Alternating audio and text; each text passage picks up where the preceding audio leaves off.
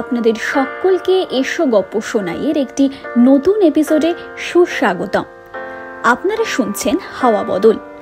এই গল্পে আপনারা প্রেম, পুরাণ, থ্রিলার এবং প্রতারণা এই চারটেই একসাথে পাচ্ছেন। আমরা আমাদের শ্রোতাদের একটি বিষয় অবগত করতে চাই। আমাদের গল্পের সমস্ত ঘটনা ও চরিত্র কাল্পনিক এবং বাস্তবের সাথে এর কোনো মিল নেই। যদি আমাদের গল্পের কোনো অংশ বাস্তবের সামঞ্জস্য খুঁজে পায় তাহলে তা সম্পূর্ণ কাকতালীয়।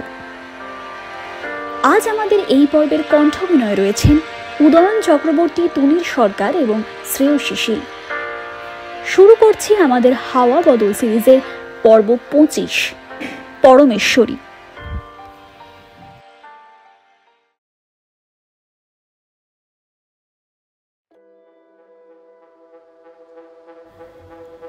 পরের দিন অর্জুন অফিসে বসে কেস ফাইলগুলো পড়ছিল যে কিভাবে সে দুর্গাকে ধরবে। অর্জুন মনে মনে ভাবছিল, এই দুর্গা কেন এইভাবে সিরিয়াল কিলিং করছে? তাহলে কি কমিশনার স্যার যেটা বলছিলেন সেটাই ঠিক? এই কাজগুলো কোনো মেয়ের নয়, একটা ছেলে এই সমস্ত কাজ করছে। সেই সময় হঠাৎই একজন কনস্টেবল এসে তাকে খবর দিলেন, স্যার, আপনাকে কমিশনার বাবু ডাকছেন। অর্জুন ভাবল হঠাৎ কেন কমিশনার স্যার ডাকছেন।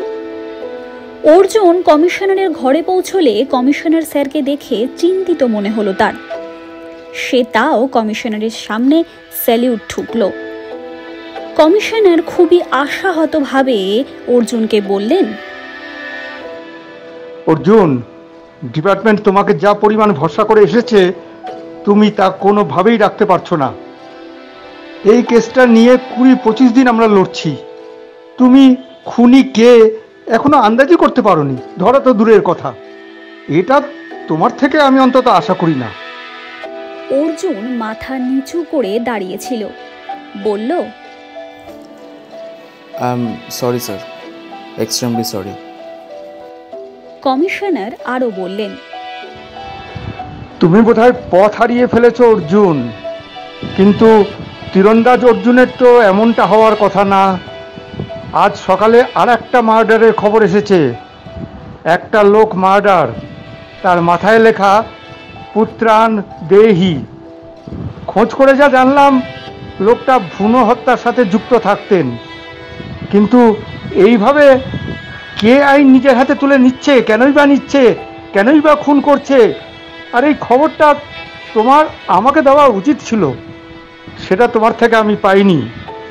এইভাবে চলতে থাকলে ডিপার্টমেন্টে তোমার পজিশন থাকবে না, আর হোমিসাইড থেকে তোমাকে আমরা সরিয়ে দেব। অর্জুন ভীত হয়ে কমিশনারের দিকে তাকালো। কমিশনার স্যার অর্জুনকে আসতে বললেন। অর্জুন কি সত্যিই দুর্গাকে ধরতে পারবে না? আস্তে আস্তে অর্জুনের আত্মবিশ্বাস ভাঙতে লাগলো। টেবিলে ফিরে গিয়ে কাজে মনোনিবেশ করার চেষ্টা করলো সে, কিন্তু পারল না। কে এই ভ্রূণ হত্যাকারীকে খুন করলো? দুর্গা। কিন্তু দুর্গা বেরোলো কি করে? তবে কি ছাদ থেকে দেওয়াল বেয়ে নিচে নেমেই এই খুনটা করে এসেছে দুর্গা? এদিকে ধৃতি অর্জুনের সাথে দেখা করতে চেয়ে সুখনগরের থানায় ঘুরেছে অনেকবার।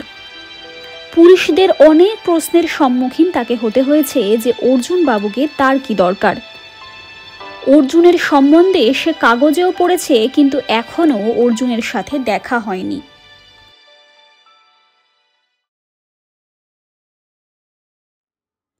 এদিকে অর্জুন আশাহত হয়ে বাড়ি ফিরল।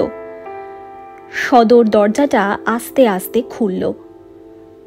সে ঘরে ফিরে গেল। ঠিক লক্ষ্য করল না উমা কোথায়। তার কিছুই ভালো লাগছিল না। তার পরিশ্রমী তো তাকে সুখ্যাতি এনে দিয়েছিল তার ডিপার্টমেন্টে। মাঝরাতে বারান্দায় দাঁড়িয়ে কি যেন ভাবছিল অর্জুন। হঠাৎ উমার হাত তার কাঁধে। অর্জুন চমকিত হয়ে জিজ্ঞেস করল, আপনি এখানে এত রাতে? দুর্গা বলল, অনেকক্ষণ ধরেই আপনাকে বারান্দায় ঘুরতে দেখছি। হয়তো আপনার মাথায় বিশাল বড় চিন্তার বোঝা চেপেছে, কিন্তু তার সাথে এটাও ঠিক আপনাকে সুস্থ থাকতে হবে। দেশকে রক্ষা করাই যে আপনাদের কাজ। আপনি বরং ঘুমিয়ে পড়ুন। উমার কথা অর্জুনের কেয়ারিং লাগলো, তবে সদর্ব অফিসার অর্জুন চ্যাটার্জি উমাকে ঘুমিয়ে পড়ার আদেশ করলেন। তবে উমা অর্জুনকে ছেড়ে কোথাও গেল না। পথ হারানো পথিক অর্জুন, যার গন্তব্য একটু ভালোবাসা, তাকে পথ চিনিয়ে দিতে এসেছে দুর্গা। আপনাদের এই পর্বটি ভালো লেগে থাকলে কিন্তু ভিডিওটিকে লাইক করতে ভুলবেন না। কমেন্ট করে অবশ্যই আমাদের জানান কেমন লাগছে আপনার এই পর্বগুলি। আপনার গল্পপ্রিয় বন্ধুবান্ধবদের সাথে শেয়ার করুন, আর অবশ্যই সাবস্ক্রাইব করে পাশে থাকুন। আপনাদের এক একটি সাবস্ক্রিপশন আমাদেরকে অনেক মোটিভেট করে আরও ভালো ভালো কন্টেন্ট আপনাদের জন্য আনার। তাহলে সাবস্ক্রাইব করে পাশে থাকুন। ধন্যবাদ।